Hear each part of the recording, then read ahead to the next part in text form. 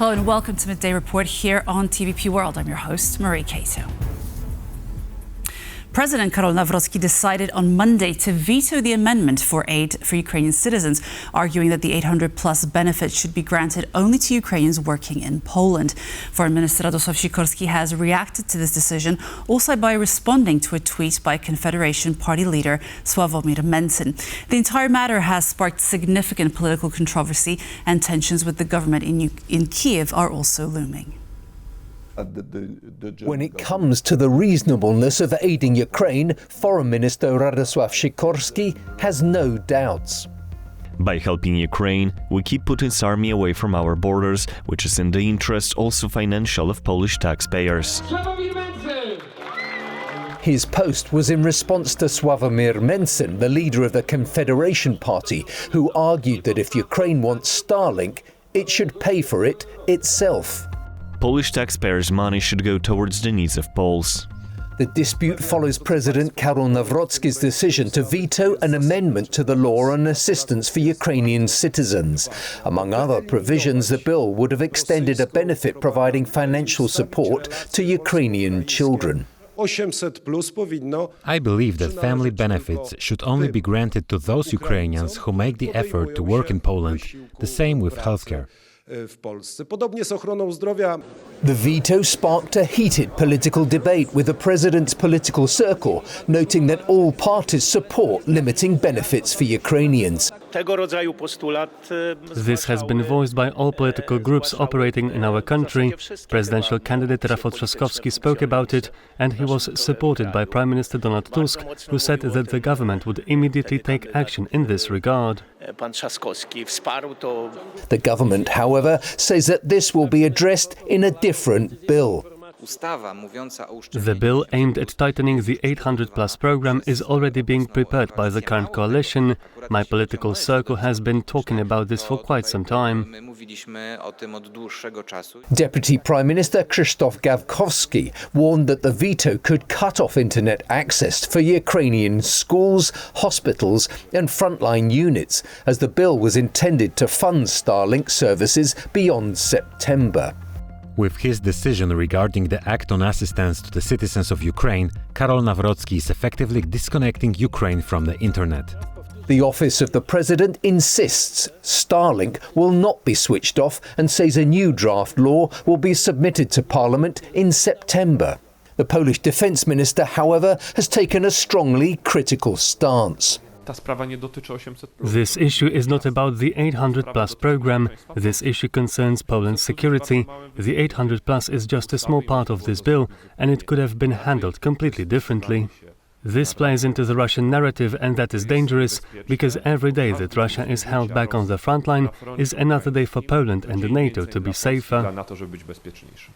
Nawrocki also doubled down on his criticism of Ukrainians throughout history, bringing up Ukrainian nationalist Stepan Bandera, who committed atrocities against Poles 80 years ago. I believe this bill should clearly address Bandera and equate the Bandera symbol in the criminal code with symbols corresponding to German National Socialism, commonly known as Nazism, and Soviet communism.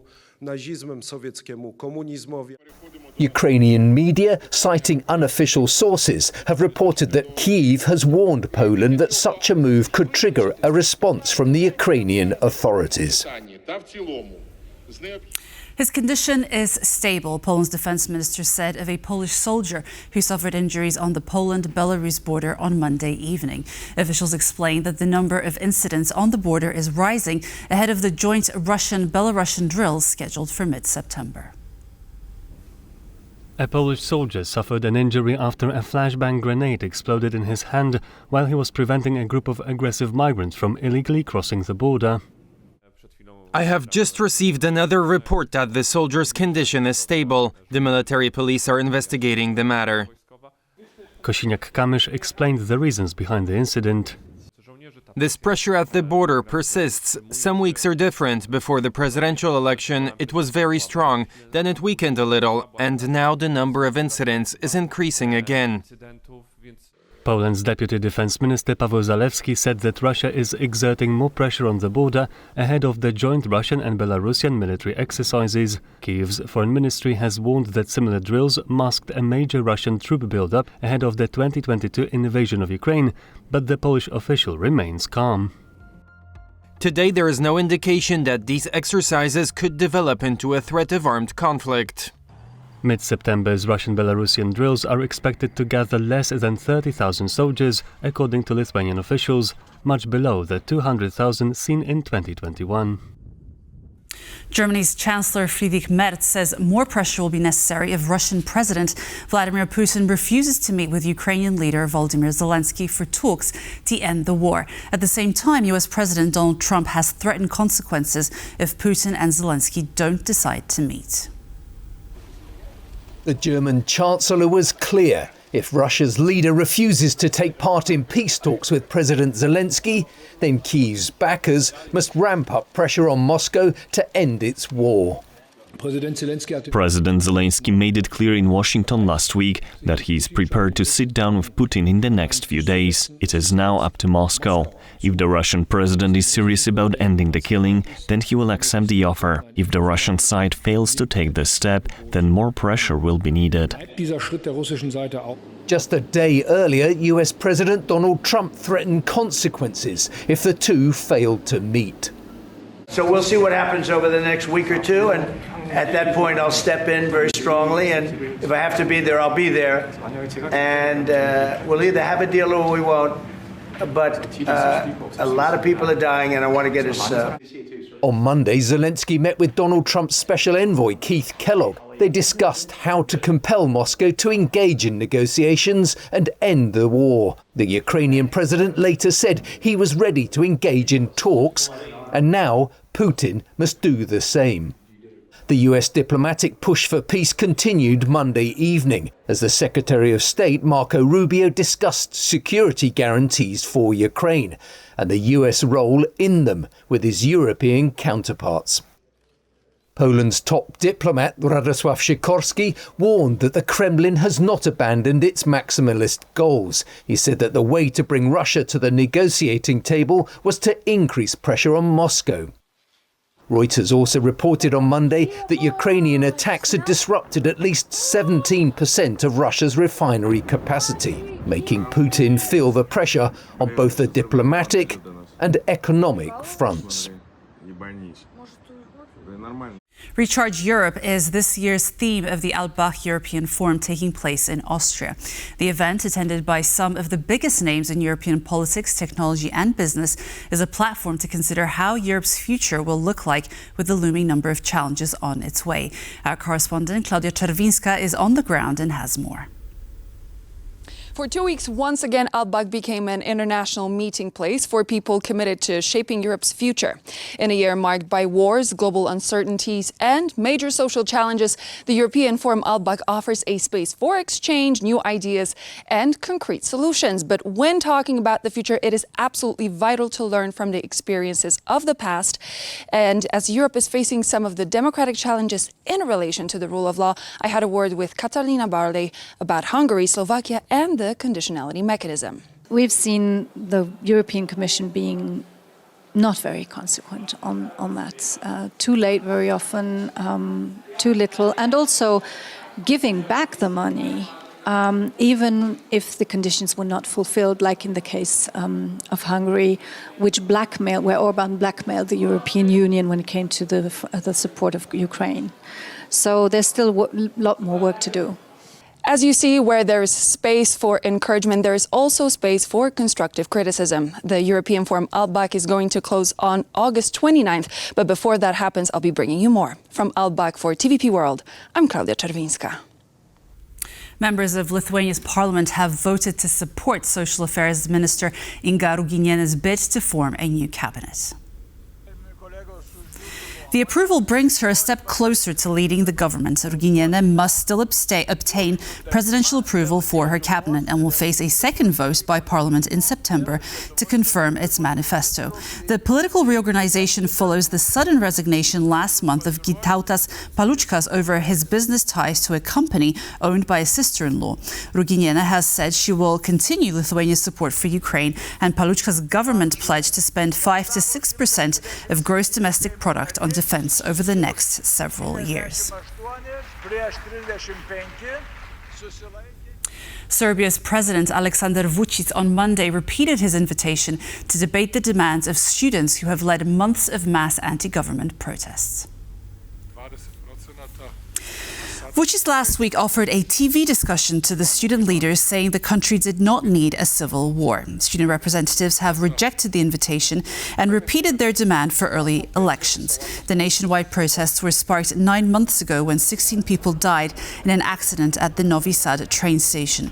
Demonstrators accused the authorities of corruption and negligence, which they believe led to the roof collapse at the station.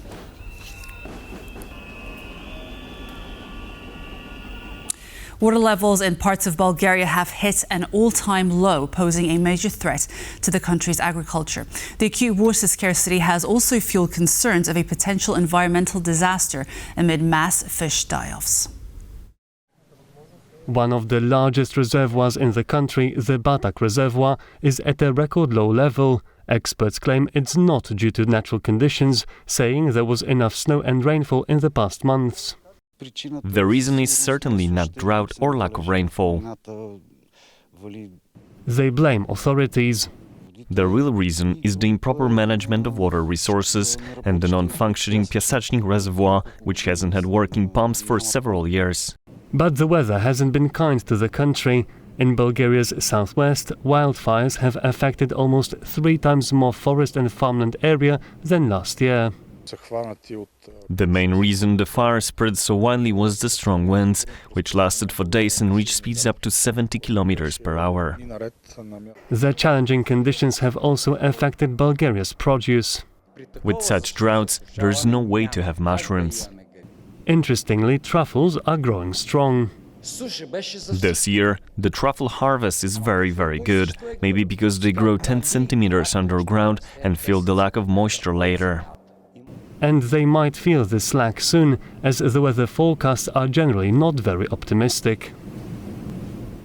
The Veli Rat lighthouse on the Croatian coast is one of the last inhabited lighthouses in the world. For the past 24 years, Sławomir Mentzen has climbed its 183 steps of the structure at least once a day to perform his duties as the lighthouse keeper. Despite the remoteness of his workplace and the nearest school for his children being about 10 kilometers away, the Croatian keeper doesn't intend to retire just yet.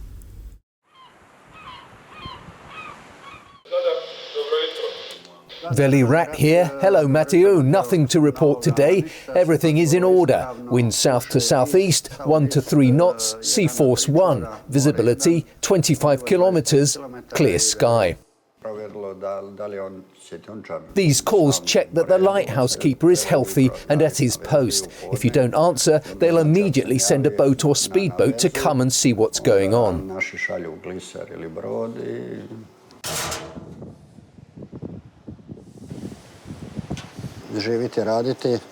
I wanted to live and work in nature. When I saw this lighthouse keeper ad, I knew it was for me. When the weather is nice, I watch the sun, and when the weather is bad, I do something else. So I enjoy all these things. I don't intend to retire just yet. It's very important. Sailors who sail mark it on their charts. For example, the Veli Rat lighthouse has a flash, a characteristic 20-second sequence. No 2 lighthouses are the same. They are all different. During the day they differ in appearance, but at night they are distinguished by the rhythm of the flashes of light. My wife sent me a message. We met in Zadar, walked along the shore and got to know each other. After we met, he sent me a song called My First and Last Love, and I fell for it. When my kids get to high school, they'll decide for themselves whether they prefer to live in the city or on the island. But in my opinion, growing up on an island is a blessing. And it's the same for the school. It's almost exclusively for them. You see, we often gather here because there's always something to do, a helping hand to give, especially when you live outside like us. Last year, we tidied the cemetery, mowed the lawn, and cleaned the village. And afterwards, we roast meat together and drink the wine we make with our grapes.